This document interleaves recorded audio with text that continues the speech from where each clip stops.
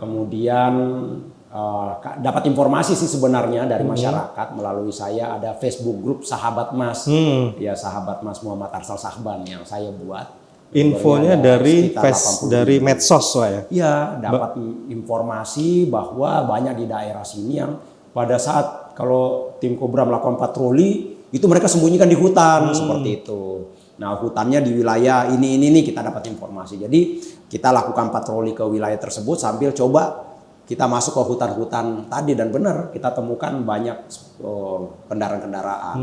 Ya walaupun kita seperti mencari jarum di tumpukan jerami karena kita hutannya di mana kan gitu ya. Nah, coba kita cari putar, tiba-tiba ada yang kita ketemu. Kadang-kadang ya dengan menyebar anggota yang banyak, ada yang kita temukan seperti ini. Nanti kita cek nomor rangka, nomor mesinnya. Sampai kan kalau nomor rangka, nomor mesin dirusak kan udah pasti seperti itu.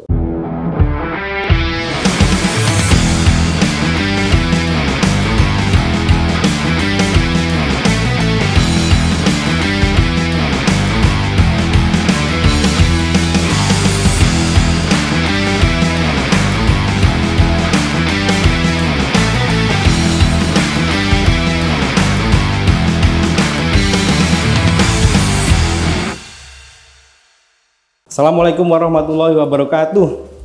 Selamat datang kembali ke podcast news.id bersama saya Dani Triwahyudi. Kali ini kita bersama narasumber kita yang mungkin tidak asing lagi dari sebagian besar masyarakat Lumajang. Ya, beliau ini adalah Bapak Muhammad Arsal Sahban yang dulu menjabat sebagai Kapolres Lumajang sekaligus menjadi komandan tim Kobra gitu Pak ya. Apa kabar Pak Arsal? Kabar baik Mas Dani, alhamdulillah. Sehat Pak? Alhamdulillah sehat walafiat. Baiklah, untuk tema kali ini kita mengusung tema podcast yaitu patukan tim Kobra, komplotan begal lumpuh nyaris tak tersisa gitu ya. Mungkin saya sedikit review bahwa dahulu ada sebuah tim yang bernama tim Kobra yang dipimpin oleh Bapak Kombes Arsal Sahban ini yang membuat success story, yaitu membuat para pelaku-pelaku begal itu ketakutan gitu ya, nyaris tak tersiksa, takut mereka beraksi di Lumajang gitu. Sedangkan kondisi sekarang ini sangat relevan karena memang kebetulan saat ini isu begal lagi naik, sejumlah kejahatan begal beraksi di hampir merata di seluruh Nusantara ya. Bahkan di DKI Jakarta juga terjadi kasus-kasus begal. Kemudian di daerah bahkan di kasus begal di Medan, Bapak Wali Kotanya Bapak Bobi Nasution sampai memberikan dukungan terhadap kepolisian setempat agar menindak tegas begal gitu ya. Kalau bisa yang meresahkan masyarakat yang begal-begal sadis sampai ditembak di tempat gitu. Dan itu sampai menimbulkan kontroversi dari penggiat HAM. Tapi kemudian hal itu malah mendapat dukungan dari masyarakat setempat bahwa ya memang seharusnya begal ditindak dengan tegas begitu ya. Nah, ini kebetulan ada ahlinya nih, pemirsa, bagaimana Bapak Arsal Sahban dulu ketika memimpin di Lumajang sebagai Kapolres, itu pelaku-pelaku begal dan pelaku-pelaku kejahatan lainnya langsung jera begitu. Nah, sebelum kita lebih jauh bertanya kepada Bapak Arsal Sahban bagaimana aksi-aksi yang beliau lakukan dulu, mungkin kita akan sedikit melihat dulu bagaimana biodata Pak Arsal sendiri. Mungkin kita bisa tampilkan di slide Ilham. Pak Arsal dulu memulai karir di Pamapta 3 Puspodaplops Polres Sukoharjo Pak ya? Ya, di Jawa Tengah. Di Jawa Tengah. Itu karirnya pertama di Jawa Tengah, kemudian beliau pernah menjadi Kasat Lantas di Polres Batang, Pekalongan. Kemudian ada juga Kasat Lantas Polres Klaten. Oh, berarti Bapak banyak di jalur Polantas Pak ya, di Iya. awal-awal karir. Nah, di lalu lintas, Di lalu lintas. di narkoba, Narkoba, di iya. dinamika Kemudian polisi, ya. ini ada juga sebagai Pama Polda Metro tahun 2008 sampai 2008. Pernah menjadi juga Kasubsi SIM wilayah Jakarta Barat. Nah, ini mungkin ketika saya pernah jadi wartawan koran dulu wawancara Bapak waktu Bapak menjabat di Samsat Jakarta Barat dulu ya. Mungkin slide selanjutnya Ilham. Kemudian Pak Arsal juga pernah menjadi Kasat Lantas di Polresta Bekasi Kota ya Pak ya? Iya. Bekasi Kota. Oh, pernah juga menjadi Kapolsek Setiabudi. Kapolsek Setiabudi. Nah, ini juga cukup unik Setiabudi karena kan ada di wilayah Slum Area. Oh gitu Slum ya? Area itu wilayah Pasar Rumput. Itu Oh, dalam iya, satu benar-benar. kelurahan itu dulu ada sekitar 47 geng. Oh gitu ya? Juga seru juga. Benar, Sempat saya buat dulu program di sana, satu polisi satu RT. Oh Karena mengantisipasi persoalan tawuran dan segala macam di sana. Belum lagi patroli gang, dimana kita jalan di gang-gang. Karena namanya gang ini kan hanya 2 meter, 3 meter, tapi di situ seperti Indonesia Mini. Ada orang yang dagang, ada orang yang ngobrol bercengkrama kayak di DPR, orang yang bermain-main lari-lari anak-anak kayak di taman bermain, motor juga lewat-lewat kayak arus lalu lintas kan gitu. Gang-gang itu luar biasa, apa namanya, dinamika di sebuah jalan kecil ya, gang-gang di wilayah-wilayah Jakarta itu seperti itu. Apalagi kan rumah yang kadang-kadang hanya 3x3 bisa sampai 5 orang, 6 orang di dalam, sehingga ada yang di luar, ada yang tidur seperti bergantian. Nah, itulah yang banyak menimbulkan konflik-konflik. Geng-geng ini kan sebenarnya karena kumpulan satu, ada kumpulan lain, antar kumpulan ini apakah rebutan perempuan, lirik-lirikan dan segala macam, itu menyebabkan konflik-konflik sosial. wah luar biasa.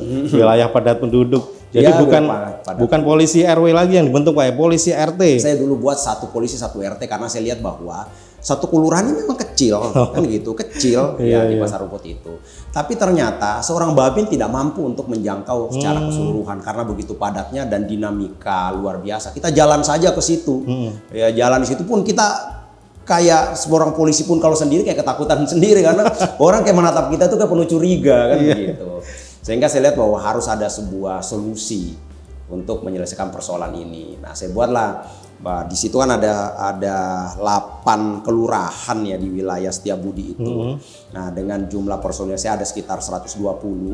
Saya cari kelurahan yang paling rawan itu ada 2, Menteng Atas dan juga wilayah Pasar Rumput, namanya Kelurahan Pasar Manggis. Nah, ini 2. Nah, dengan kita lihat masing-masing jumlah RT-nya sekitar 140-an, harus saya pilih lagi salah satu. Nah, ini yang harus saya selesaikan dulu yang di wilayah Pasar Manggis dulu. Nah, dengan ada 140 RT tadi, 147 RT-an. Anggota saya 120-an, saya pilih lagi mana RT-RT yang cukup aman, tidak ada masalah. Nah, baru nanti 120 ini udah dapat, satu personil satu RT. Tugasnya sederhana, saya tidak ingin membebani anggota dalam bekerja. Karena kan nggak terlalu jauh juga dari kantor, paling juga naik motor 5 menit juga udah sampai. Tugasnya hanya 1 kali ke RT situ setiap minggu, 1 kali aja. Mau 1 detik di situ nggak apa-apa, ketemu siapa salaman 1 detik pulang nggak apa-apa. Target yang saya ingin raih sebenarnya adalah adanya kegiatan intensif polisi ke sana. Berarti kan kalau dihitung per hari rata-rata sekitar 17 kali patroli kan ke sebuah kelurahan itu aja. Nah, itu kan pasti akan memberikan sebuah impact yang sangat luar biasa karena masyarakat sering melihat polisi patroli dan segala macam. Dengan kegiatan yang cuma datang sebentar. Nah, belum lagi nanti personil kita kan ada yang punya tanggung jawab, motivasi intrinsiknya kuat untuk menyelesaikan sebuah masalah, lebih komunikasi, sehingga kita juga bisa menangkap problematika-problematika yang ada di wilayah tersebut. Nah, tambah lagi saya buat lagi patroli gang, itu juga sebuah kegiatan sederhana, kegiatan yang tadinya senam pagi setiap hari Sabtu. Nah, senam pagi saya bilang udah kita coba meningkatkan impact. Jadi kita olahraga tapi double impact. Nah, kita jalan kaki aja. Nanti kita minggu depan kemana? Cari yang daerah gang-gang yang memang daerah-daerah rawan, daerah-daerah selam area, banyak daerah-daerah tawuran dan segala macam. Nah, kita jalan ke situ. Nah, jalan kan anggota itu sekitar 60-100 orang kan gitu. Sambil kita interaksi sama masyarakat. Karena kita jalan di gang itu ngobrol tuh langsung. Kita jalan tuh kan langsung rumah, langsung nggak ada pagar kan rumah-rumah itu kan. Istilahnya memang gang yang hanya 2 meter, 3 meter, paling maksimal 4 meter itu kan. Langsung kita ngobrol, banyak informasi yang kita dapat. Ada yang, oh Pak, ini saya tanya ini kenapa ini kok pakainya triplek, apa namanya, jendelanya. Wah Pak, udah berapa kali kaca saya pecah. Di sini sering tawuran kan begitu. Ini saya punya anak kecil. Saya khawatir nanti ini jadi kader-kader pelaku tawuran pas dia sudah besar kan begitu. Jadi banyak kita dapatkan impact informasi-informasi seperti itu. Nah, kemudian makanya kita ngambil langkah-langkah itu. Nah, dengan dialogis kita tahu persoalannya saat itu. Bahkan kita bagaimana kita mempersatukan geng-geng yang ada saat itu. Kita kumpul barang, ada yang kita kasih usaha kecil-kecilan supaya cuman beliin alat cuci mobil, sedot air gitu kan. Nah, jadi untuk bisa bahan untuk cuci mobil dan segala macam itu sudah cukup untuk membuat mereka itu merasa terayomi. Alhamdulillah selama saya di sana untuk tingkat tawuran tidak terjadi. Dan alhamdulillah kita juga didukung ada salah satu anggota DPRD dari Jakarta saat itu juga mengapresiasi salah satu toko yang ada di situ. Nah, itu di wilayah Setiabudi waktu saya Kapolsek di sana. Siap, luar biasa. Waktu jadi Kapolsek itu udah membuat sepak terjang. Tapi nanti ada yang lebih seru lagi. Bisa lanjut, Ilham, dari CV tadi bisa ditampilkan lagi.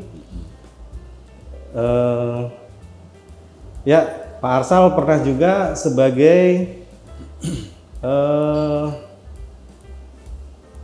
banyak sekali ya jabatan Bapak. Banyak semuanya. Di lalu lintas pernah juga sebagai Kasubdit 3 narkoba. Wah, pernah jadi Kasubdit 3 narkoba di Polda Metro Jaya. Iya, yang kita ungkap dulu sama Bea Cukai itu Mas juga ada kan. Oh iya, siap. Sabu disembunyikan di tas. Iya, benar. Di tasnya, di antara tas-tasnya itu kayak, oh iya silakan. Waduh. Oh iya, tadi pesen kopi. Iya.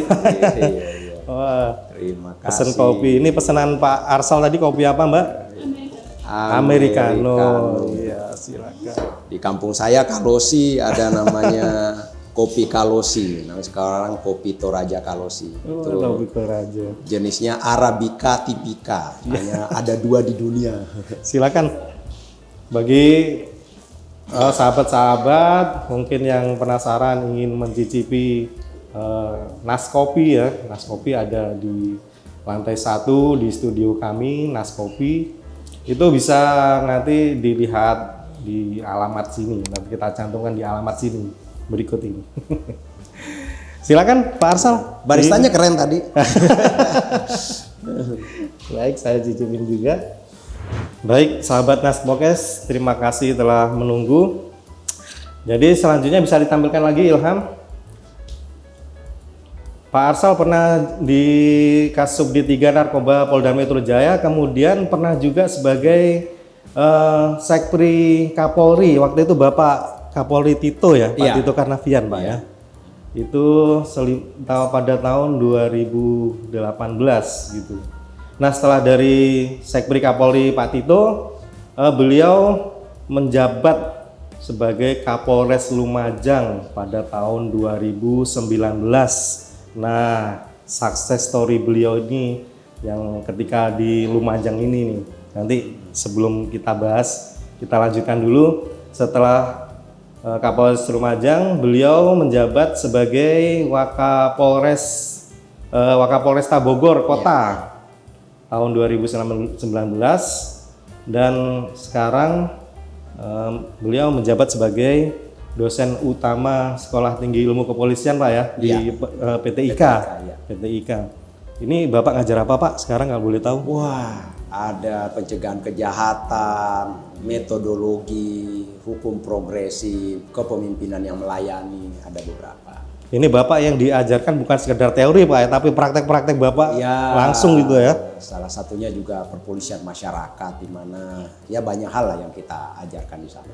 Baiklah, sebelum kita lanjutkan membahas tentang tim Cobra, kita saksikan bersama sepak terjang beliau, testimoni masyarakat ketika memimpin Polres Lumajang di Jawa Timur, sekaligus menjadi komandan lapangan memimpin tim Cobra ke patroli langsung, seorang Kapolres yang terjun langsung ke lapangan memimpin timnya anggota kepolisian reserse memberantas face to face berhadapan dengan penjahat lah istilahnya.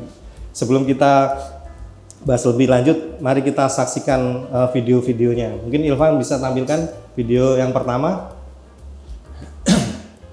Nah ini apa nih Pak waktu itu?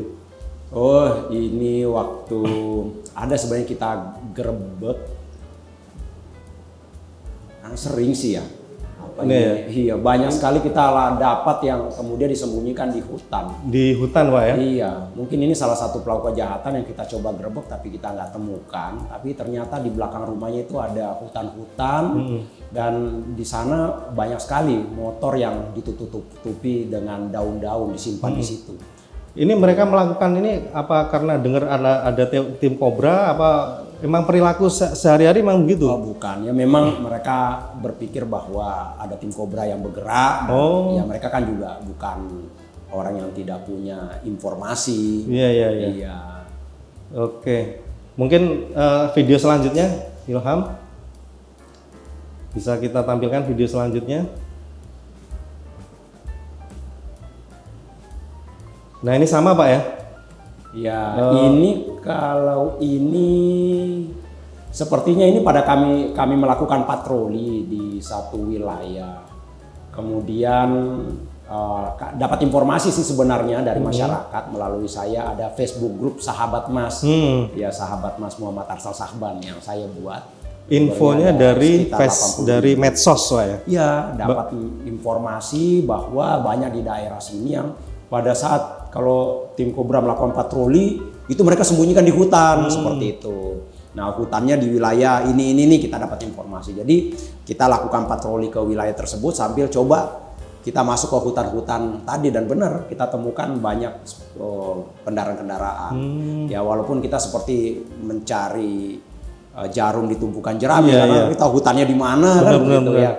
Nah coba kita cari putar, tiba-tiba ada yang kita ketemu. Kadang-kadang ya dengan menyebar anggota yang banyak, ada yang kita temukan seperti ini. Nanti kita cek nomor rangka, nomor mesinnya. Sampai kan kalau nomor rangka, nomor mesin dirusak kan udah pasti seperti itu. Disembunyikan di hutan. Iya, ini sampai ada yang mungkin ini sudah dirubah jadi apa ya untuk roda 3 ya untuk angkut barang dan segala macam. Dimodifikasi. Dan ini di kampung-kampung betul-betul. Iya.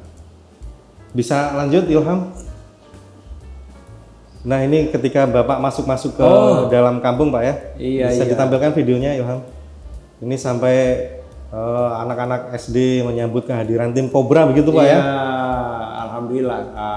Itu yang saya katakan bahwa kita membutuhkan partisipasi publik dalam sebuah konsep pencegahan kejahatan. Nah tentunya apabila tingkat kepercayaan publik itu tinggi, maka kita terdukung dalam kegiatan-kegiatan pencegahan kejahatan kita. Tapi kalau tingkat kepercayaan kita yang rendah di bawah 60%, maka apapun yang dilakukan polisi itu sulit terdukung oleh publik. Sedangkan jumlah personil kita terbatas. Kita butuh dukungan-dukungan publik dalam konsep pencegahan kejahatan. Siap. Oh itu ada salam khas Cobra Pak ya? Iya. Sampai diikuti sama anak-anak gitu. Tahu aja ya. Bisa lanjut Ilham? Nah ini juga ketika Bapak ini masuk kampung Pak ya? Iya, ini apa ceritanya nih? Jember nih sebenarnya nih. Oh gitu, sampai ke wilayah seberang? Kebetulan kami mengembangkan kasus, jadi ada kasus yang kita ungkap di Lumajang, kemudian informasi pelakunya ada di wilayah Jember. Tapi kami saat itu komunikasi juga dengan Jember, bareng-bareng lah kita. Oh gitu. Iya, kita temukan juga banyak sekali kendaraan-kendaraan. Ada 3 lokasi di sana karena ini nanti ada istri mudanya, istri ini kita datangi dan masing-masing itu ada tempat penyimpanan. Nah, kita bareng dengan dari rekan-rekan kami yang ada di Jember pada saat itu untuk kita ungkap. Ini pelaku penadah apa memang pemetiknya ini waktu itu? Nah, pelakunya tidak sempat kita tangkap. Kita temukan juga ada sarung senjata. Ya, kabur, tapi sarung senjata kita temukan. Tapi pelakunya saat itu sudah kita identifikasi juga. Nah, cuma mereka ya menghilangkan jejak, nggak tahu hilang kemana, kan seperti itu. Tapi kita udah tahu. Saya pikir mungkin sudah terungkap sekarang. Siap. Ya, karena data-datanya sudah ada. Kendaraan juga cukup banyak yang kemudian kita amankan. Dan setelah kita share ke publik kendaraan-kendaraan itu juga ternyata ada yang pemiliknya sampai dianiaya dan meninggal. Iya, itu setelah kita identifikasi. Siap. Bisa kita lanjut Ilham video selanjutnya? Nah, ini Pak Arsal sedang berada di tengah masa ini. Ini seperti apa Pak ceritanya Pak? Ya, ini ada solawat dengan masyarakat, dengan salah satu tim solawat yang cukup terkenal di Paiton Jawa Tengah, tapi ini dia markasnya ada di daerah Paiton. Namanya saya agak lupa. Nama tim salawatnya itu Subhanul Muslimin. Nah, itu cukup banyak penggemarnya kan seperti itu. Cukup banyak penggemarnya dan saya juga diundang oleh pemilik acara lah kan untuk memanggil itu untuk mewakili si pemilik acara ya pemilik yang memanggil mereka untuk kemudian menyampaikan kepada publik, dan juga di saat itu sekaligus juga saya menyampaikan pesan-pesan Kamtibmas lah kepada masyarakat, dukungan kepada publik karena memang publik juga banyak mendukung kami. Nah, saat itu bicara masalah Satgas Keamanan Desa. Ada desa-desa yang sudah mengaktifkan Satgas Keamanan Desa, ada yang belum. Karena kita tahu banyak daerah-daerah rawan. Nah, saya khawatir ada desa-desa yang tidak mau mengaktifkan Satgas Keamanan Desa karena quote and quote ada hal yang bertujuan konotasi negatif, mungkin dia bagian pelaku kejahatan, sehingga kalau itu aktif maka kepala desanya ini sulit bergerak kan seperti itu. Nah, sehingga ada sedikit ultimatum yang saya berikan bahwa kepala desa yang tidak mengaktifkan kepala desanya berarti dia adalah musuh saya. Karena ayo kita aktifkan sama-sama, nanti saya bantu. Kita harus sama-sama dalam sebuah konsep pencegahan kejahatan. Nah, saya memang minta para kepala desa ini untuk mengaktifkan minimal 30 orang. Dan asal dibuka saja publik mau kok, banyak kok. Nanti mungkin kita bisa cerita banyak terkait dengan itu. Karena ini bicara teori nanti community crime prevention. Bagaimana kita memerdekakan masyarakat secara informal dalam sebuah konsep pencegahan kejahatan. Oke, video selanjutnya. Nah, ini Bapak bersama Satgas Keamanan. Ini rekan-rekan kami Satgas Keamanan Desa, alhamdulillah dengan jumlah keterbatasan personil yang kami miliki. Jadi saya hanya punya jumlah personil itu sekitar 500 orang. Nah, dengan 21 kecamatan di mana masing-masing polsek bisa ada yang hanya 9, 12, maksimal ada sekitar 15 orang. Nah, belum lagi kalau yang jaga kan ada Kapolsek, ada Wakapolsek, ada bagian keuangan. Kalau yang jaga mungkin hanya 2 atau 3 sekali karena kan mereka 3 flu. Kalau 3 kan berarti 9. Nah, tentu kami butuh rekan-rekan dari Satgas Keamanan Desa untuk membantu. Nah, ini setiap desa ada 30. Bayangkan kalau satu polsek ada 10 desa, berarti 30 kali 10 berarti ada 300. Dengan jumlah yang hanya 12 orang anggota polsek, ini bisa dibantu oleh 300 orang dari Satgas Keamanan Desa. Nah, ini kita kolaboratif dan mereka ini saya memang pilih dari orang-orang yang ada keinginan batinnya untuk ikut terlibat dalam pencegahan kejahatan. Jadi memang volunteer yang suka, ya, ada keinginannya dia untuk membantu masyarakat. Seperti itu. Nanti kita bicara teori Abraham Maslow bahwa kalau kita bicara paling bawah ini adalah orang yang masih butuh sandang papan pangan, yang kedua orang bebas dari rasa khawatir, kemudian level ketiga ini orang yang butuh pengakuan, penghargaan, sampai kepada level kelima aktualisasi diri. Minimal pada level ketiga kita cari orangnya. Syukur-syukur ada yang memang pada level aktualisasi diri. Dia suka memang untuk hadir di situ. Nah, sehingga rata-rata orang yang sudah bekerja dan segala macam. Nah, ini sangat-sangat membantu kami dalam satu konsep pencegahan kejahatan. Nanti banyak kita bicarakan masalah itu. Nanti kita bahas mungkin agak lebih detail lagi di pembahasan nanti. Mungkin video selanjutnya, Ilham.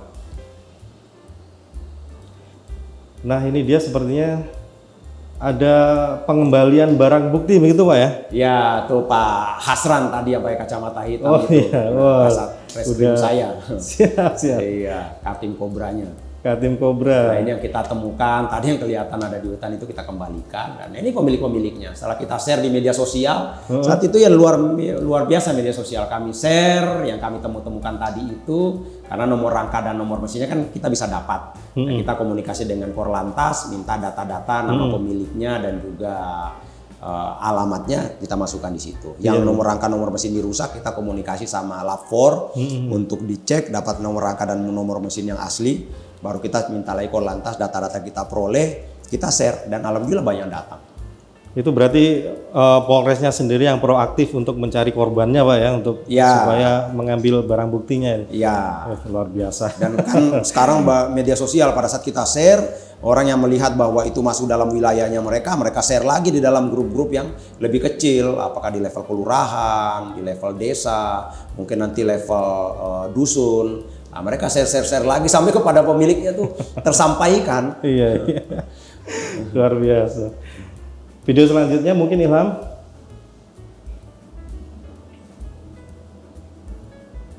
Nah, ini dia.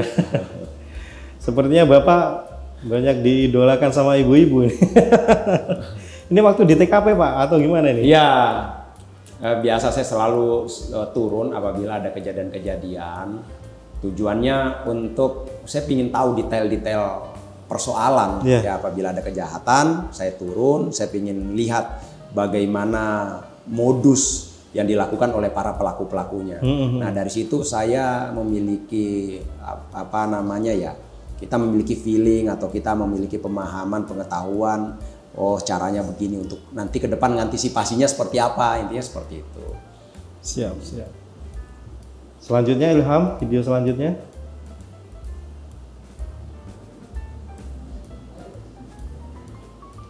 Ini sama Pak ya, ini Bapak selalu terjun ke masyarakat. Dapat aja banyak video-videonya. Dan masyarakat alhamdulillah. kepingin... Ini kita bisa lihat bahwa masyarakat Lumajang itu sangat humble, sangat terbuka, mau menerima orang dari luar. Nah, ini yang kurang dipahami. Ini padahal di kampung, di dalam ya, artinya bukan di tengah kota. Kita lihat bagaimana masyarakat itu begitu humble. Saya yakin juga selain saya, apabila ada pejabat yang membuka dirinya, masyarakat juga pasti akan welcome untuk menerima seperti ini. Iya. Selanjutnya, video selanjutnya, Ilham. Wah, ini masyarakat luar biasa. Ya, ini di hutan bambu. Ini salah satu tempat wisata yang ada di wilayah Lumajang. Ya. Ini waktu itu ada kejadian apa Pak? Iya, ini ada kegiatan saat itu ya, semacam kegiatan suro kalau nggak salah ya. Ya, kegiatan satu suro ya. Oh, satu suro. Nah, semacam satu suro ada kegiatan, kita turun ya, masyarakat banyak di sana. Karena ini juga merupakan salah satu objek wisata sebenarnya di sana ini. Hutan bambu. Nah, di situ juga ada pemandian air dari mata air itu. Jadi enak lah buat kita jalan-jalan di sini. Cuacanya bagus, ada monyet juga, segala macam ini bagus tempatnya. Mudah-mudahan mereka ada yang melihat kita nih sekarang nih Pak. Iya. Podcast kita. Next video selanjutnya Ilham. Nah, ini Bapak juga ada kedekatan sama anak-anak gitu Pak ya? Iya, ini di salah satu pesantren. Pemiliknya barusan almarhum, saya dihubungi langsung oleh anaknya. Saya juga punya kedekatan batin dengan beliau dan pesantren ini. Ya, saya alhamdulillah dekat dengan pesantren-pesantren yang ada di Lumajang. Ada yang terbesar ke Banyu Putih. Ya, saya juga dekat dengan para tokoh-tokohnya di sana. Ini juga saya cukup dekat dengan mereka di sana. Jadi kalau saya datang ya kayak gini, akrab. Makanya saya bilang ya masyarakat Lumajang memang sangat guyup menerima orang. Ini kita bisa lihat bagaimana mereka menerima orang-orang kayak saya, artinya kan bukan orang Lumajang, tapi bisa diterima dengan hangat oleh masyarakat Lumajang. Ini Luar biasa. di pesantren yang ada di wilayah Lumajang. Baik, Iya. video selanjutnya, Ilham. Nah ini Pak, Oh, iya. ini adalah medsos sahabat Mas, Iya, dan kebetulan saya adalah salah satu followernya gitu. Waktu itu saya juga menyimak postingan-postingan di Facebook sahabat Mas ini, sahabat Muhammad Arsal Sahban gitu. Nah ini saya mau tanya Pak tentang konsep medsos ini, seberapa efektif medsos untuk penanggulangan Kamtibmas ini Pak? Iya, memang media sosial ini kan seperti pedang bermata dua. Iya. Bisa dijadikan hal yang positif, juga bisa menjadi hal yang negatif. Nah, kita di sini bicara hal yang positif, bagaimana kita memanfaatkan media sosial ini dalam sebuah konsep pencegahan kejahatan. Karena sekarang ini 70% masyarakat Indonesia saya yakin terhubung dengan media sosial, sudah melek dengan internet yang ada, tergabung di media-media sosial yang ada. Selama ini kita kenal media-media yang bersifat mainstream, yang informatifnya kita terima apa yang ditulis oleh jurnalis yang memang sudah punya kredibilitas khusus. Nah, tapi untuk media sosial ini kan setiap orang bisa menjadi jurnalis sendiri, citizen journalism. Mereka bisa dimanapun dia potret, dia masukin kan seperti itu. Nah, sehingga ini ruang bisa kita kolaborasikan dengan masyarakat. Kita membuat sebuah ruang, kemudian interaksi dengan publik di situ. Kita minta setiap ada persoalan sampaikan ke kita dong, kan gitu, supaya bisa kita tindak lanjuti.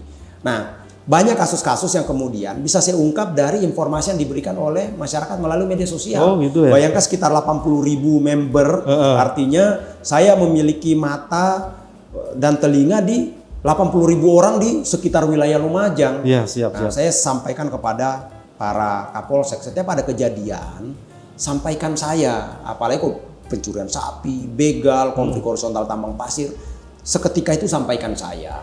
Nah, tapi kan namanya kejadian itu bisa sangat jauh dari polsek, belum tentu informasi itu sampai, apalagi pencurian sapi, kok jaraknya 1 jam, pelakunya, korbannya saja belum sempat melaporkan ke kita. Tapi bagi masyarakat sana tinggal foto masuk di media sosial, saya bisa langsung baca. Saya biasanya langsung screenshot, saya langsung tanya Kapolsek, coba cek. Saya akan turun langsung, karena setiap kasus ini pasti saya akan turun. Gitu. Saya akan turun bersama dengan anggota Polri lainnya, kita patroli ke sana sambil kita nanti cek untuk kampung-kampung yang ada di sekitarnya dia, kita patrolin semua, kita kejar pelakunya, kita lakukan seperti itu sambil kita pelajari bagaimana sih modusnya untuk antisipasi jangan terjadi lagi di kemudian hari, sekaligus juga bahan edukasi kita kepada masyarakat. Seperti itu. Luar biasa Pak Arsal melakukannya udah 2019. Kalau sekarang kan memang udah mulai menjadi tren ya para pemimpin untuk merespon media sosial sebagai sarana untuk pengaduan, dan ini memang yang dibutuhkan dan ekspektasi masyarakat ini memang di situ, dan Bapak ini udah melakukan sejak 2019. Kita patut mengapresiasi beliau gitu ya. Tidak dibutuhkan yang formal-formal langsung dari medsos, tapi mendapatkan respon cepat luar biasa gitu. Mungkin next.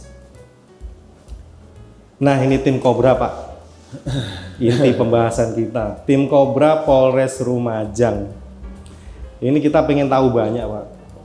Tapi sebelum ini pemirsa, sebelum kita masuk ke tim Kobra, kita pengen tahu juga nih. Ini awal Bapak masuk Lumajang menjabat sebagai Kapolres Lumajang itu gambarannya seperti apa gitu Lumajang gitu. Ya, jadi pada saat pertama kali ditugaskan sebagai Kapolres Lumajang, saya juga tidak pernah mendengar nama Lumajang pertama kali. Saya juga tidak tahu ada di wilayah mana, saya hanya tahu berada di Jawa Timur, tapi jaraknya berapa jam dari Surabaya sih tidak tahu. Nah, saat itu karena ditugaskan di situ kan saya coba tanya kepada teman yang pernah bertugas di Jawa Timur. Saya tanya ya harapannya bahwa daerahnya daerah yang nyaman lah bertugas, kita bisa santai kan begitu kan gitu ya. Jadi tenang masyarakatnya. Nah, tapi ternyata berbalik 180 derajat yang saya harapkan. Saya tanya teman, lumayan tuh seperti apa? wah Lumajang tuh banyak begal, dikenal kota begal. Waduh, kita dengar, wah coba tanya lagi yang lain, mudah-mudahan kita dapatkan informasi yang tidak sama. Tanya lagi teman yang lain, wah Marsar Lumajang itu dari 10 orang, 9 orang yang jahat. Sampai seperti itu saya dengarnya. Wah, walaupun sebenarnya tidak seperti itu faktanya pada saya rasakan, saya lihat tadi masyarakat sangat humble dan segala macam. Tapi ini bicara persepsi kan gitu. Ada stigma negatif yang muncul di luaran sana seperti itu. Sampai melekat gitu. segitunya. Ya, seperti itu. Nah, ini yang harus kita coba hilangkan. Nah, sehingga berbekal itu saya berpikir bahwa ada persoalan besar yang harus saya selesaikan di sana.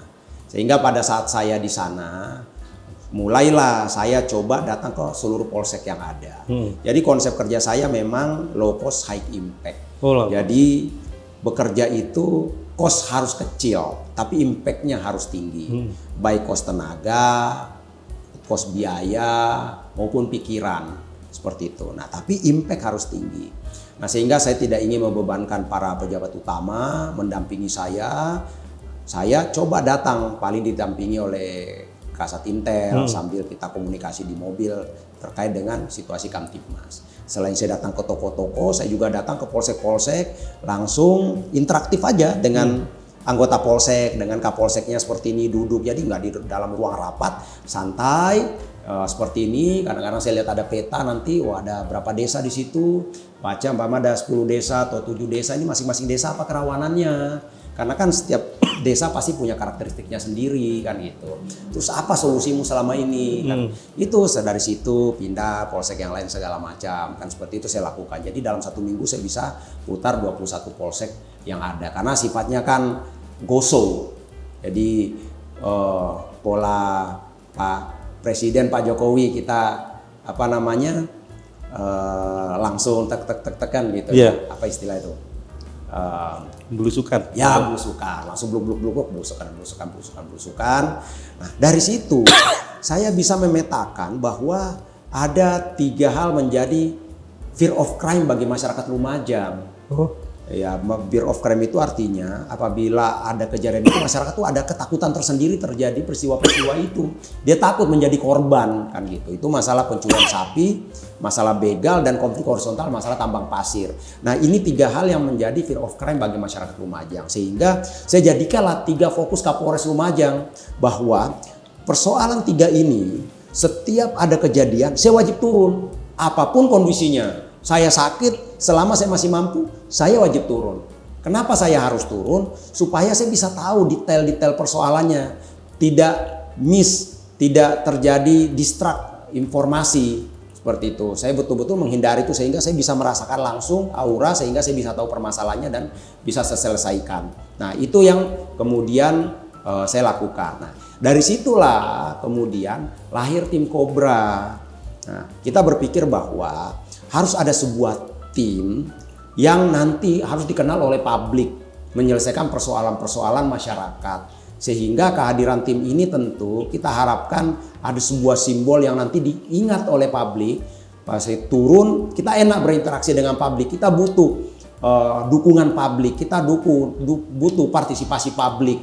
Nah, tentu harus ada yang dikenal. Makanya kalau kita bicara teori marketing, positioning, differentiation brand, kita harus membangun sebuah branding, positioningnya seperti apa dan diferensiasinya seperti apa. Ini harus kita bangun. Ini kebetulan saya belajar dari Pak Hermawan Kertajaya, pakar marketing kan seperti itu untuk membentuk itu. Nah, kita buatlah tim yang namanya tim Kobra. Banyak nanya juga, tim Kobra ini asalnya dari mana? Sebenarnya itu terlintas saja karena saat itu saya dari spree-nya Pak Kapolri Pak Tito Karnavian waktu dulu pernah punya tim yang namanya tim Kobra ya. Saya lihat namanya juga cukup unik, bagus. Ya saya pakai itu nama tim Kobra dan saya juga lihat tidak terlalu banyak yang menggunakan nama itu. Nah, supaya tidak ini kita kasih tim Kobra Polres Lumajang sehingga tidak ada kesamaan dengan tim Kobra yang ada. Nah, inilah kemudian kita bentuk untuk menyelesaikan persoalan ini. Nah, ini dari baik anggota reskrim maupun juga beberapa anggota sabara yang kita anggap punya kualifikasi. Ini kemudian kita manfaatkan untuk kita didik khusus dengan kemampuan-kemampuan khusus untuk bisa menyelesaikan persoalan-persoalan. Seperti itu sih awal mulanya kita membentuk tim Cobra ini. Nah, bicara masalah persoalan yang pertama, masalah begal, saya amati bahwa kejadian-kejadian begal di Lumajang ini terjadi karena memang kan jalurnya panjang, sepi, kan kecepatan kendaraan bisa berjalan dalam kecepatan tinggi karena saking sepinya, antar jalanan kemudian dengan rumah itu bisa jaraknya jauh kan gitu, penerangan yang kurang. Nah ini sebenarnya kalau kita masuk kepada sebuah teori situational crime prevention, di mana kejahatan terjadi karena situasi kurangnya penerangan, kurangnya penjagaan.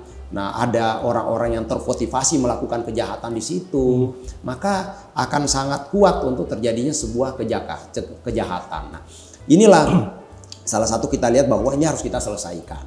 Makanya selain kita membangun tim Cobra yang kemudian nanti banyak melakukan patroli di mana-mana, kemudian juga melakukan pengungkapan dan segala macam, kita juga membangun pos-pos khusus, ada pos-pos pantau di titik-titik tertentu. Saat itu kita ada 2 titik lah kita pasang saat itu pos pantau, di situ kemudian ada pergerakan-pergerakan setiap malam, tengah malam dan segala macam. Selain saya juga sering melakukan patroli baik malam maupun juga di waktu-waktu ramai, bahkan juga sering dengan Pak Bupati juga.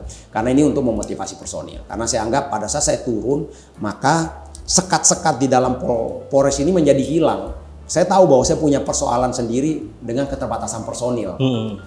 Kurang personil dengan jumlah yang terbatas, dan kemudian masuk dalam sebuah chamber-chamber. Ada Satpama, Satreskrim, Satlantas, Satintel, kemudian Bakom. Nah ini kan ada personil-personilnya. Kan. Nah dengan saya turun, maka ini kan semua akan turun. Nah ini kita satukan dalam sebuah konsep bekerja tadi. Jadi dengan ada tim Cobra, kemudian ini juga kita satukan, bergerak dan kita sambungkan. Jangan terputus, jangan sampai Polres, Satreskrim punya TO-nya sendiri, target operasinya. Polsek punya target operasinya sendiri. Sabara punya jalur patrolinya sendiri. Bimas punya konsep pencegahan kejahatannya sendiri. Tidak nyambung.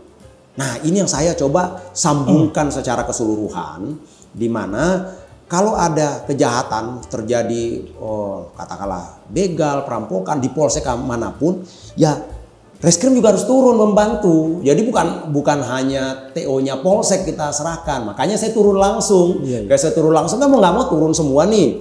Nah, kemudian untuk Sabara wajib untuk patroli setiap hari di situ. Pada saat ada begal, apalagi ada pencurian sapi juga wajib dia di desa mana terjadi, maka desa-desa sekitarnya pun harus patroli, cari di kandang-kandang, patroli jalan kaki, bantu masyarakat yang kehilangan tersebut. Termasuk juga Babin Kamtibmas dengan saya Bimas programnya. Nah, dengan saya bentuk nanti ada namanya Satgas Keamanan Desa, itu juga salah satu yang membantu. Semua kegiatan-kegiatanmu, program-programmu dukung ke sana, karena kan ada kegiatan memberikan sosialisasi bahaya narkoba ke sekolah-sekolah dan segala macam. Saya bilang kita fokus dulu kepada program ini. 3 fokus Kapolres Lumajang. Kita bentuk Satgas Keamanan Desa. Kan gitu. Satgas Keamanan Desa ini juga bagian dari lingkup menyelesaikan persoalan, di mana ada setiap desa itu kita minta 30 anggota Satgas Keamanan Desa dibentuk ya, minimal. Nah, ada yang sampai 100 dan segala macam, dan dia di bawah kepala desa. Saya kasih 4 tugas sebenarnya. Ya, tugasnya itu 1 memastikan keamanan desanya, 2 sebagai problem solver terhadap masalah-masalah di desanya, ada yang mabuk-mabuk dan segala macam, upayakan diselesaikan tingkat bawah, tidak selalu harus dibawa ke kepolisian. Jadi kalau kita samakan dengan konsep restoratif justice yang saat ini muncul. Nah, kemudian ketiga, mendesain sistem keamanan di desanya. Karena saya anggap bahwa setiap desa tuh punya karakteristiknya masing-masing. Nah, ada yang saat ini kemarin dapat juara di tingkat dapat penghargaan dari Bapak Kapolri bulan Juli kemarin. Ada Satgas Keamanan Desa dulu yang kami bentuk, itu di daerah Sumber Mujur. Dia membentuk Satgas Keamanan Desa dan ada portal-portalnya. Orang yang masuk ke wilayah desa tersebut harus izin dulu kan gitu. Jadi ada semacam one gate system. Nah ini yang saya katakan bahwa punya karakteristik masing-masing. Ada yang kemudian desa menggabungkan 3 desa, kemudian mereka seperti aliansi Satgas Keamanan Desanya untuk mengamankan 3 desa itu secara bersama-sama. Nah, ada yang kemudian membentuk konsep-konsep lain. Artinya tiap desa ini kita berikan otoritas untuk mendesain sistem keamanan di desanya. Dengan orang-orang yang kita pilih berdasarkan teori Abraham Maslow tadi minimal pada tataran ketiga. Yaitu kalau kita bicara teori Abraham Maslow adalah satu orang yang masih butuh sandang papan pangan, kedua orang yang kebutuhannya bebas dari rasa takut, khawatir, ketiga itu orang yang tingkat kebutuhannya butuh pengakuan, penghargaan sampai kepada aktualisasi diri. Nah, minimal kita mencari orang volunteer yang setidaknya berada pada tataran ketiga, yaitu orang yang bebas dari rasa orang yang butuh pengakuan, penghargaan. Syukur-syukur kita dapat orang yang memang butuh aktualisasi dirinya. Jadi senang aja dia terlibat dalam satu konsep pencegahan kejahatan. Nah, ini banyak yang kita dapatkan seperti itu. Ini tentu sangat membantu kita. Nah, ini yang kita bangun Satgas Keamanan Desa. Nah, inilah yang kemudian program-program Bimas saya minta masuk ke situ. Jadi arahannya yang tadinya biasa ke sekolah-sekolah, karena dengan jumlah anggaran yang terbatas kan paling bisa nyentuh katakanlah setahun 10 sekolah, sedangkan sekolah ratusan, ribuan tidak mampu menyangkutkan. Oke, kita fokus dulu nih, kan gitu. Dengan terbatasan fokus ke sini. Saya minta sentuh Satgas Keamanan Desa. Motivasi mereka, kalau ada anggaran-anggaran untuk membantu berupa sarana prasarana dan peralatan, bantu walaupun itu tidak seberapa. Nah, gunakan itu anggaran sehingga semua mengarah ke situ. Nah, Satgas Keamanan Desa ini juga kami taruh di bawah kepala desa dulu dan bersama Pak Bupati kita rancang supaya ada dana desa kan dari Pak Presiden 1 miliar. Kita hitung-hitung untuk beli HT, pakaian dan segala macam kurang lebih sekitar 17 juta. Bisa dimanfaatkan untuk membeli itu, digunakan daripada ada informasi-informasi bahwa jalanan dibuat bagus memang sama kepala desa, mulus. Tapi gara-gara semakin mulus, begal semakin merajalela. Karena lah gampang untuk lari dan kaburnya. Jadi ya kita harus simultan. Jangan buat jalan mulus, malah keamanan semakin tidak terjamin kan gitu. Nah ini juga kita antisipasi seperti itu. Nah makanya harus. Nah alhamdulillah banyak kepala desa yang kemudian ikut terlibat dalam pencegahan kejahatan ini. Nah ini sebenarnya mengacu kepada teori community crime prevention. Jadi bagaimana memanfaatkan masyarakat secara informal dalam sistem terlibat dalam sebuah sistem keamanan, karena secara teori mereka lebih tahu kondisi wilayahnya dibanding kita. Saya datang wilayah yang jaraknya 30 kilo dari tempat saya. Nah, saya nggak tahu di sana ada jurang, ada apa. Nah, kalau masyarakat sana kan tahu kalau kita kejar ke hutan, oh di sana hati-hati, oh di sana bisa pasti jalurnya lewat sini. Mereka lebih tahu. Nah, itu dasar teori itu. Nah, konsep ini sebenarnya sudah berjalan. Ini kan teori. Teori itu kan dari sesuatu yang memang sudah dikaji dan sudah merupakan sebuah pengetahuan empirik. Oke, kalau kita lihat di Inggris, di Australia, mereka ada namanya Neighborhood Watch. Nah, itu menggunakan konsep community crime prevention ini kan gitu. Jadi mereka mengamankan wilayah di sekitarnya mereka. Ya, kemudian di Jepang kita kenal Susaiso, ada Koban. Nah, di Indonesia sebenarnya ada berbasis budaya, yaitu di Bali. Calang. Mereka memang budayanya bagus dalam sebuah konsep pencegahan kejahatan tersebut. Ada pecalang yang kemudian mampu menjaga lingkungannya mereka dan diikuti dan dihormati oleh masyarakat setempat. Nah, hal itu yang coba kita bangun di Lumajang. Lahirlah yang namanya Satgas Keamanan Desa. Namanya nanti sesuai desa masing-masing. Satgas Keamanan Desa Sumber Mujur, Satgas Keamanan Desa Tukum, dan Satgas Keamanan Desa Sukosari. Ada 198 desa. Jadi masing-masing namanya depannya pasti Satgas Keamanan Desa, desa apa, nanti bajunya juga seperti itu. Nah, itu gitu. Nah, sehingga memang harapan saya membentuk itu, ini juga sekaligus saya jadikan sebagai konsep laboratorium pencegahan kejahatan. Jadi kalau ada wilayah di daerah lain yang punya karakteristik yang serupa, ingin belajar tentang sebuah konsep pencegahan kejahatan, bisa belajar di Lumajang. Setidaknya belajar dari bagaimana Satgas Keamanan Desa ini jumlah total saya tinggalkan itu ada 6.251 dengan jumlah personil saya hanya sekitar 500 orang. Ditambah itu. Berarti 1000%-nya saya dibantu oleh 1000%. Mantap. Masyarakat Satgas Keamanan Desa. Belum lagi 1000 orang ini terpapar oleh masyarakat yang lain. Katakanlah dia lagi duduk-duduk, ngopi-ngopi di warung. Dia kan ada HT-nya, ada suara-suara bunyi. Wah, ada orang yang mencurigakan. Orang yang di sekitar situ kan pasti terpapar. Wah, kita gerak ke sana, pasti yang lain juga akan bergerak. Artinya ini akan bisa menggerakkan orang-orang yang di sekitarnya untuk membantu. Nah, sehingga setiap ada kejadian kita cepat dapat informasinya. Ini yang alhamdulillah sekarang masih terus juga berjalan, bahkan terus diimprove. Saya dengar terakhir dari sahabat saya Pak Bupati Catorik menghubungi saya kalau sekarang di desa-desa itu bahkan juga sudah mulai dipasang CCTV. Nah, seperti itu. Iya, Nah, ini berarti berkembang. ada proses pengembangan. Nah, memang saya harapkan anggota Satgas Keamanan Desa ini menjadi tokoh di bidang keamanan. Ya, di masyarakat apabila ingin sebuah solusi masalah Kamtibmas bisa komunikasi dengan Satgas, karena mungkin ketemu dengan polisi ini dengan jumlah polisi yang terbatas tidak semua bisa ketemu karena ada yang jaraknya jauh dan segala macam. Nah, sedangkan Satgas ini kan berada di setiap RW, di ruang-ruang terkecil mereka ada.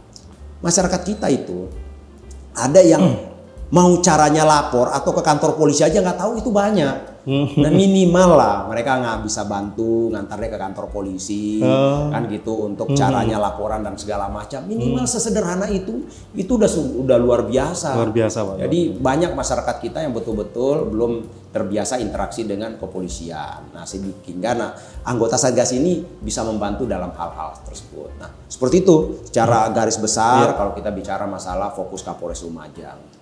Belum nanti mungkin kita bicara pencurian sapi, belum lagi kita bicara masalah konflik horizontal tambang pasir. Banyak memang persoalan-persoalan dinamika dalam sebuah tugas. Iya, Pak. Berarti Satgas ini volunteer, Pak ya? Mereka sukarela sifatnya. Sukarela. Sukarela, Pak ya? Iya, sukarela. Luar biasa.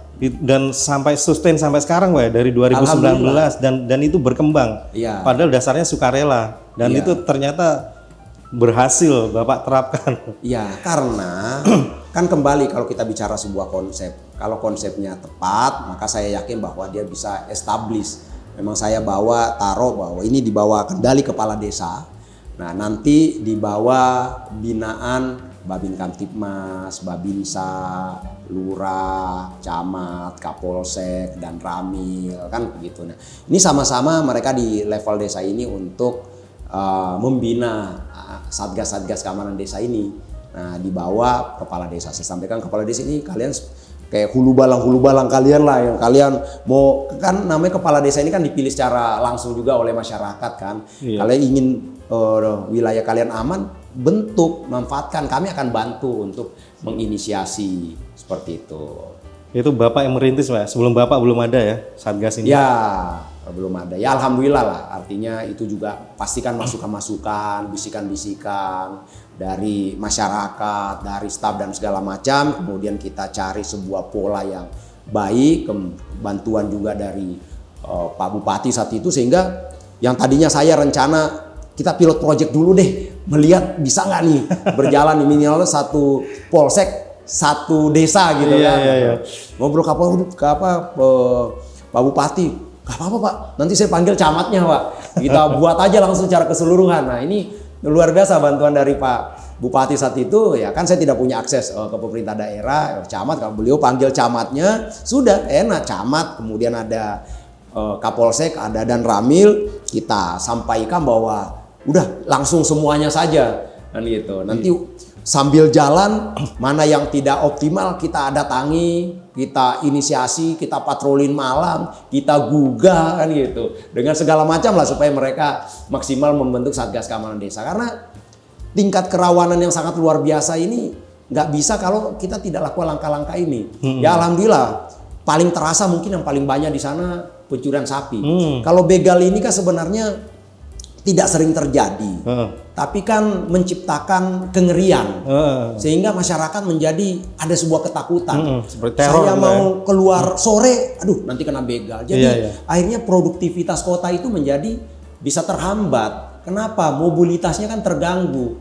Harusnya mereka bisa usaha keluar sore, mungkin ketemu klien bisnis atau mungkin ngantar barang dan segala macam. Mereka hambat pergerakan itu karena ada ketakutan-ketakutan melewati daerah-daerah tertentu nanti dibegal sehingga pergerakan mereka itu menjadi tidak dilaksanakan. Nah, ini kan mengganggu produktivitas sebuah kota. Ini kan tidak bagus. Ini bahaya, bisa mengganggu perkembangan perekonomian, majunya daerah juga bisa terganggu kalau kita bicara fear of crime. Sehingga harus ada solusi untuk mengatasi persoalan ini. Nah, itu sih sebenarnya yang kita bicara karena bicara masalah fear of crime. Nah, beda dengan pencurian sapi. Pencurian sapi ini satu hari bisa 7 sapi, 5 sapi. Iya. Memang saya yang namanya bertugas di Jakarta, tiba-tiba kita tugas di wilayah Lumajang dengar pencurian sapi kayak nggak masuk di akal. Karena bagaimana cerita sebuah sapi besar itu bisa dicuri kan begitu. Nah, memang kita harus turun langsung baru bisa memahami persoalan-persoalan itu. Bahkan setelah saya turun langsung saya lihat mereka itu masyarakat banyak sampai tidur sama sapinya satu kamar untuk menjaga sapinya. Itu pun masih hilang. Ya, itu pun masih hilang. Ada yang saya temukan. Dia seorang ibu-ibu, dia piara sapi tujuannya untuk 1000 hari suaminya yang sudah meninggal. Mungkin kurang lebih sisa berapa bulan lagi, artinya sapi ini nanti akan digunakan sebagai biaya untuk 1000 hari suaminya. Kecurian, padahal satu kamar sama ibu itu. Sampai saya buka mata masih ngelihat. Tiba-tiba pas subuh saya buka mata sudah tidak ada sapinya itu. Nah, sampai seperti itu. Jadi masyarakat menjadi ada ketakutan untuk miara sapi. Padahal sapi di sana sangat luar biasa. Jadi di Lumajang itu sapi limosin itu di kampung-kampung.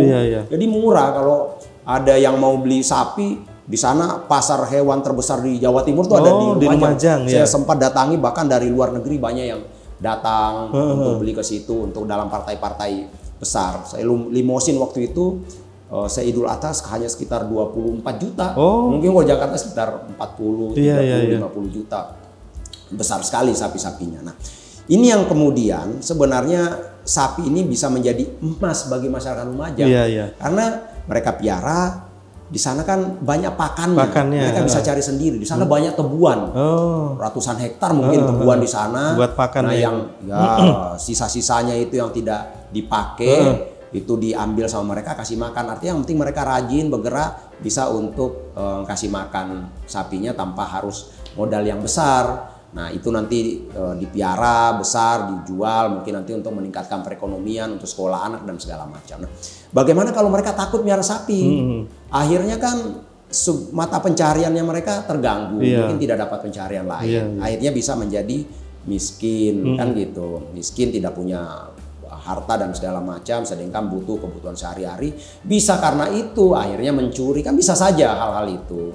Nah, ini bisa menjadi lingkaran setan. Betul, ini yang harus kita putus. Karena kita salah satu teori pencegahan kejahatan ada namanya social crime prevention. Kejahatan terjadi karena persoalan-persoalan sosial seperti kemiskinan, pengangguran, disparitas ekonomi, pendidikan yang rendah. Nah, ini semua bisa berakibat munculnya sebuah kejahatan. Nah, sehingga bagaimana hal-hal ini persoalan-persoalan sosial ini kita hilangkan supaya tidak ada yang memicu yang tadinya dia baik karena terpaksa oleh kondisi-kondisi sosial tadi mereka melakukan kejahatan. Ini juga bisa menjadi sebuah solusi. Bayangkan kalau seandainya produktivitas masyarakat terganggu sehingga mereka menjadi tingkat pendapatannya rendah, akhirnya karena tingkat kebutuhan yang tinggi dia melakukan kejahatan. Ini kan juga menjadi berbahaya. Nah, ini yang harus dicari solusi yang komprehensif ya. Dengan desa yang mobilitasnya tinggi, produktivitasnya tinggi dan segala macam, otomatis juga akan mempengaruhi dalam tingkat pemasukan dari masyarakatnya. Karena wilayah Lumajang itu kan sangat luar biasa. Saya lihat wisatanya keren lah, luar biasa. Ada wisata alamnya bagus, wisata budayanya bagus, wisata religi bagus. Alamnya ada Tumpak Sewu itu seperti Niagara gitu kan. Ada Gunung Semeru. Iya, ada negeri di atas awan. Banyak yang berkaitan dengan alam. Saya kira Lumajang nggak ada duanya lah. Dekat Tapi Bromo masalahnya juga ya? Bromo. masyarakat mau ya, masyarakat kan Bromo ini kan namanya BTS, Bromo Tengger Semeru, kan gitu. Ini Iya, satu iya. kawasan. Oke. Lumajang sebenarnya porsi paling besar dalam kawasan Taman Nasional Bromo Tengger Semeru. Oh, iya, iya. Nah, kawasan yang paling besar, cuma mungkin paling tidak terekspos. Jadi orang naik ke Gunung Semeru dari jalannya dari apa namanya, bukan dari wilayah Lumajang bahkan. Nah, mereka dari Malang. Oh. Jadi mendapatkan pendapatnya sana. Termasuk juga ada pura, salah satu pura tertua yang namanya Pura Mandaragiri Semeru Agung. Nah, dari masyarakat Bari banyak retreat ke sana datang kan. Nah, tapi nginapnya di wilayah Jember. Nah, ini kan sangat disayangkan. Iya. Periuk-periuk seperti itu tidak diperoleh. Nah, belum lagi kita lihat ada juga kerajaan di situ yang juga cukup terkenal sebenarnya, namanya Lamajang Tigang Juru. Kita mungkin kenal Majapahit. Iya. Nah, kalau kita buka sejarahnya bahwa Majapahit itu muncul karena adanya seorang raja yang di Lumajang ini namanya Arya Wiraraja.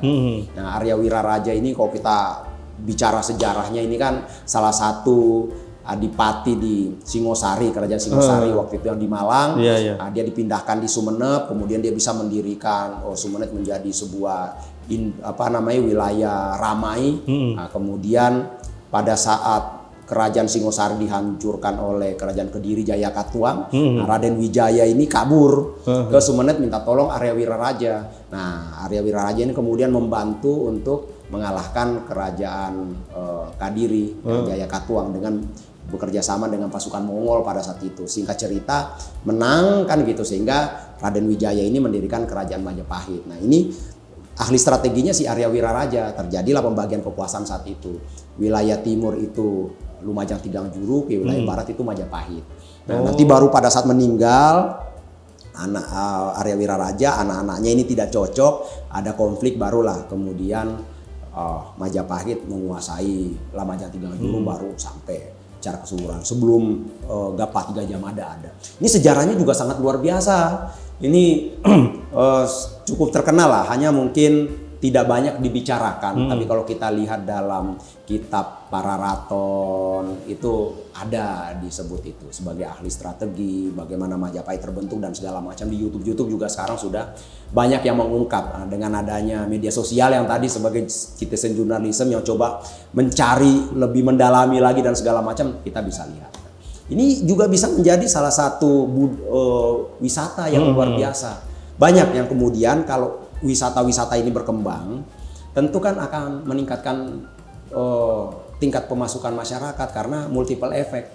Nanti losmen, tempat penginapan, penjual, pemandu wisata, ini nanti pasti akan multiple effect banyak tercipta. Nah, itu sih sebenarnya saya harapkan seperti itu, dengan diawali dari bagaimana mengatasi persoalan-persoalan klasik yang selamanya terjadi, khususnya masalah street crime dan kejahatan-kejahatan jalanan yang meresahkan masyarakat.